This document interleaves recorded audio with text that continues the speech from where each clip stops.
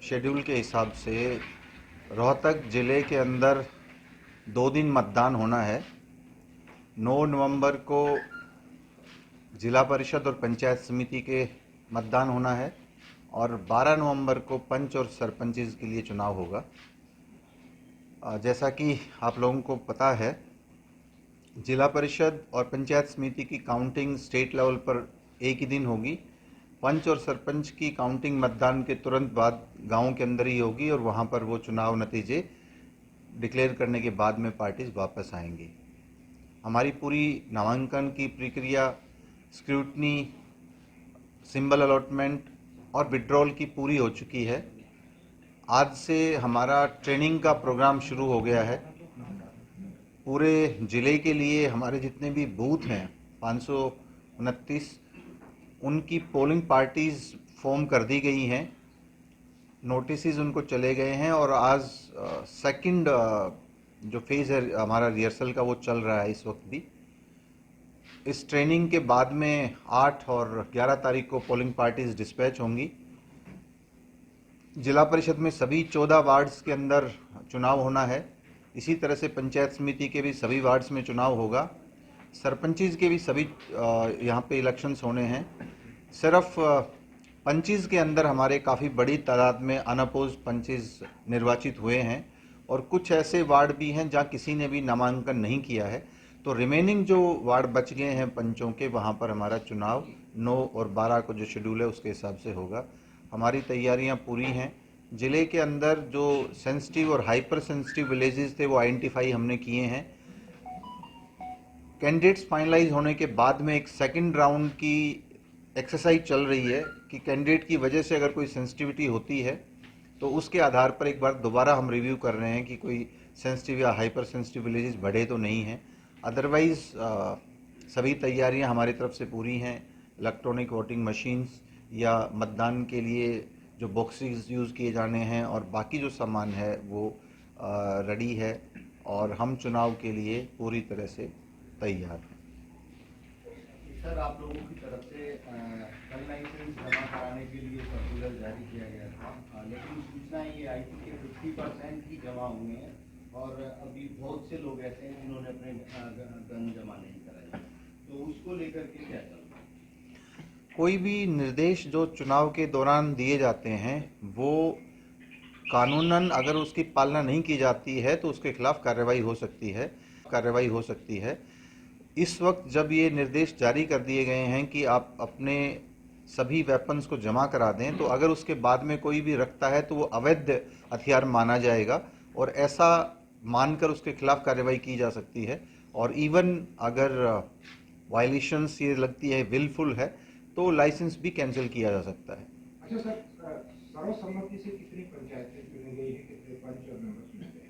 हमारे इलाके में सिर्फ मैंने बताया 25 अनअपोज्ड चुने गए हैं और उनका टोटल नंबर 1837 में से 1192 अनअपोज्ड हैं और 53 ऐसे वार्ड हैं जहां पर किसी ने भी नॉमिनेशन नहीं भरा है।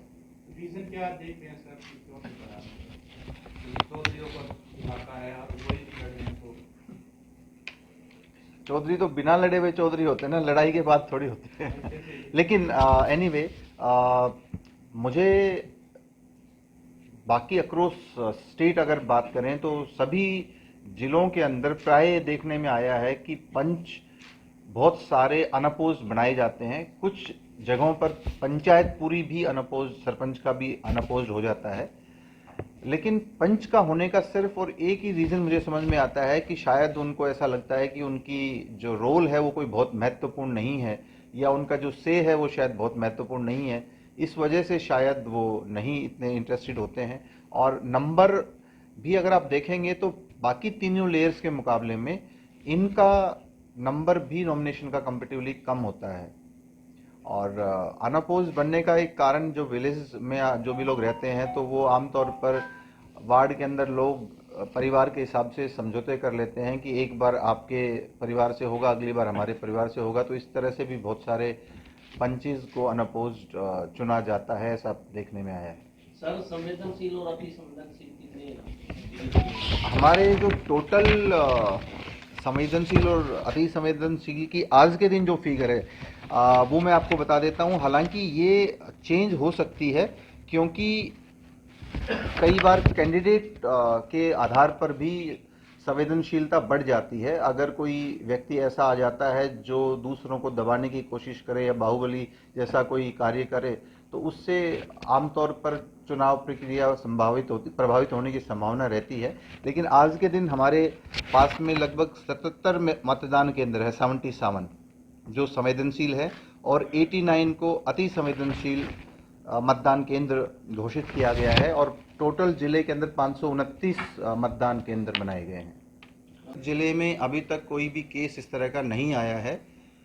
पूरे राज्य स्तर पर भी बात करें तो सरकार ने जो पिछले 3-4 साल में प्रयास किए हैं, जिसके तहत उन्होंने इम्प्लीमेंट्स फार्मर्स को प्रोवाइड करवाए हैं या अल्टरनेट यूज़ इसके लिए दिए हैं, उसकी वजह से जो टोटल इंसिडेंट्स थे वो उनका रिडक्शन 23-24% स्टेट के अंदर हुआ है।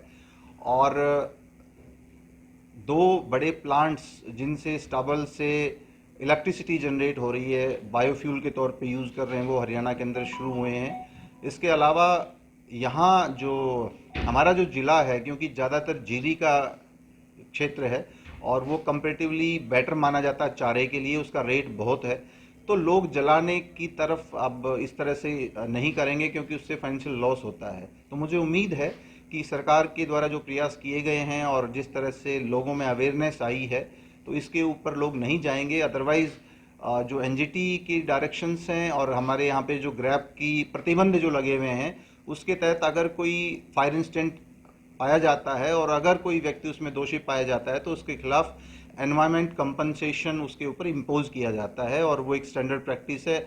हम भी ऐसा करेंगे, बट मुझे उम्मीद है कि हमारे यहाँ पर ऐसा कोई इंसिडेंट नहीं हुआ। पूरे नेशनल लेवल के ऊपर सैटेलाइट इमेजरी के माध्यम से हर रोज़ ये सूचना राज्यों को भेजी जाती है, और सभी राज्य सभी जिलों को ये सूचना उसी दिन वापस भेजते हैं, और उसके आधार पर जहाँ पर भी फायर इंसिडेंट हुआ है वहाँ टीम्स जाती हैं और वहाँ इंक्वायरी कंडक्ट करने के बाद में जो दोषी होता है उसके खिलाफ कार्रवाई करते हैं। तो ऐसा पूरे सभी जिलों के अंदर किया जा रहा है, और हमारे ज़िले के अंदर भी सभी गांवों को, सभी पंचायतों को अलग अलग टीमों में बांट दिया गया है, और पिछले सालों के अनुभव के आधार पर जहां पर भी इस तरह के इंसिडेंट हुए थे वहां उन गांवों के ऊपर विशेष तौर पर नज़र रखी जा रही है।